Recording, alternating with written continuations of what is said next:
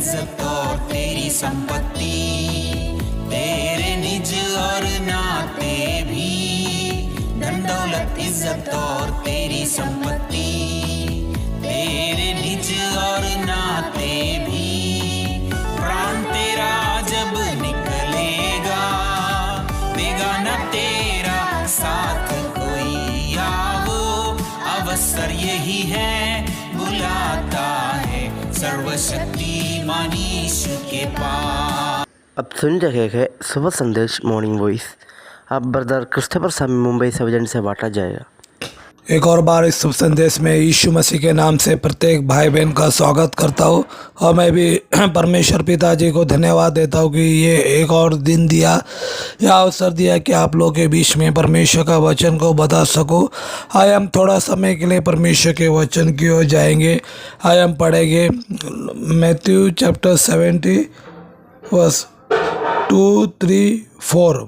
मत्ती 17 का 2, 3, 4। वह उनके सामने उसका रूपांतर हुआ और उसका मुंह सूर्य के समान चमका और उसका वस्त्र ज्योति के समान उजला हो गया। और मूसा और एलिया उसके साथ बातें करते हुए उन्हें दिखाई दिए।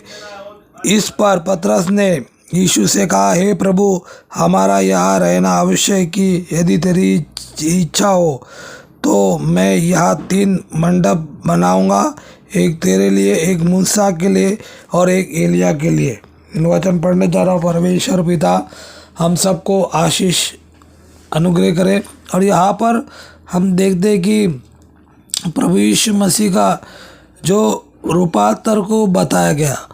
और यहाँ पर हम देखते कि वहाँ पर यीशु का रूपांतर हो गया। और उसका रोमियो 12 का 2 में हम देख सकते। 2 कोरिन्थियन चैप्टर 3 वर्स 80 में भी लिखा है कि शिष्यों ने इस भीतरी गुट के सामने मत्ती 17 का 2 में भी यीशु की महिमा का यह एक प्रकाशन था। उसकी महिमा का तेज उसके चेहरे और वस्त्र पर प्रकट था। यीशु मसीह का कि ज्योति की नाई उजल हो गई थी। और मूसा एलिया स्वर्ग से कुछ दृश्य में प्रकट हुए और यीशु से बातें की। ये दर्शाते हुए कि मृत्यु के पश्चात चेतन अस्तित्व है। लूका ने लिखा है कि मूसा और एलिया ने यीशु से उसकी होने वाले मृत्यु के विषय में बातें की थी। तो कुछ समय के लिए एलिया मूसा वहाँ पर प्रकट हो गए। और वो ये बातों को हम लूका 9 का 31 में हम पढ़ सकते। और इतने में जब पुराने नियम के लोगों में से मूसा एलिया क्यों इस अवसर पर उपस्थित थे। तो एक सवाल होता है कि एलिया और मूसा क्यों था।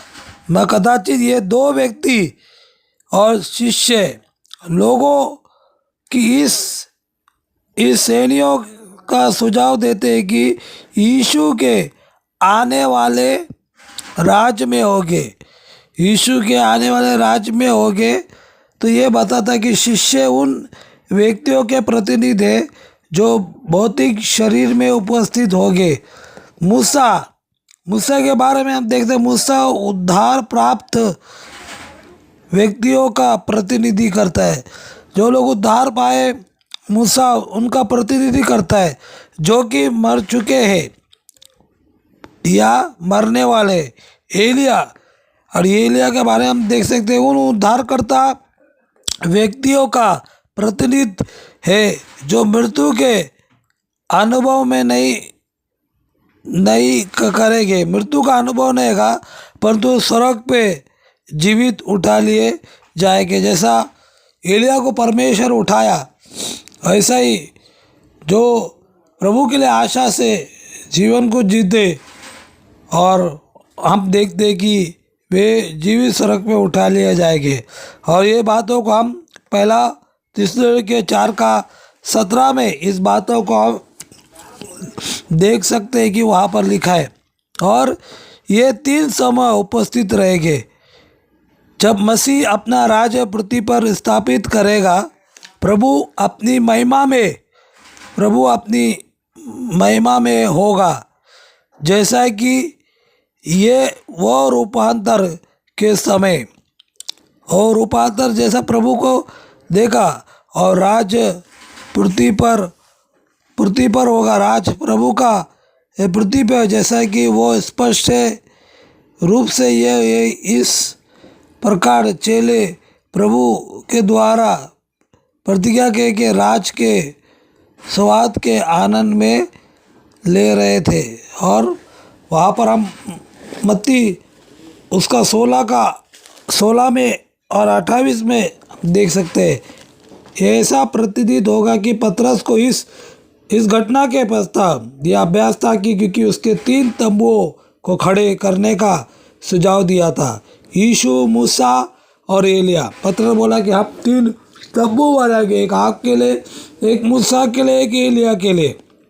इस घटना के पश्चात यहूदियों के झोपड़ियों के प्रभु को परिणाम देखो कि जो 2 तरफ था, पीछे की ओर 40 वर्ष तक जंगल में भटकने वाले और आगे की ओर इस्राएल के परमेश्वर की आशीषों का पूर्ण आनंद लेने, जबकि यह देश में अपने लोगों को एकत्रित करेगा। जो हो रहा था उसको पतरस ठीक समझ रहा था, उसके राज को देखा, परंतु वो समय के विषय में वो गलत था। तो यहाँ पर हम देख सकते हैं कि प्रभु यीशु मसीह का जो रूपांतर को हम देख सकते हैं। और वहाँ पर प्रभु इतना महिमा से भरा हुआ है। और उसके बारे में हम देखते हैं रेवलेशन चैप्टर 1 में, जब परमेश्वर का दास संत यूहन्ना जब लिखता है, तो वहाँ पर हम देखते हैं कि सेम प्रभु की महिमा को लिखता है, प्रभु के प्रकाशन को लिखता है। और एक ही प्रकाशन है, एक ही रिवलेशन है, एक ही हमारा यीशु मसीह। और वहाँ पर हम देखते हैं कि आज बहुत सारे लोग अपने नाम के रिवलेशन लिखते, मगर यहाँ पर हम देखते हैं कि प्रभु यीशु मसीह रिवलेशन है, प्रभु यीशु मसीह प्रकाशन है। और वहाँ पर जब पतरस और यूहन्ना ये बातों को देखा, वो लोग गिर गए प्रभु के सामने। वहाँ पर यूहन्ना भी जब प्रभु की महिमा को देखा तो गिर गया।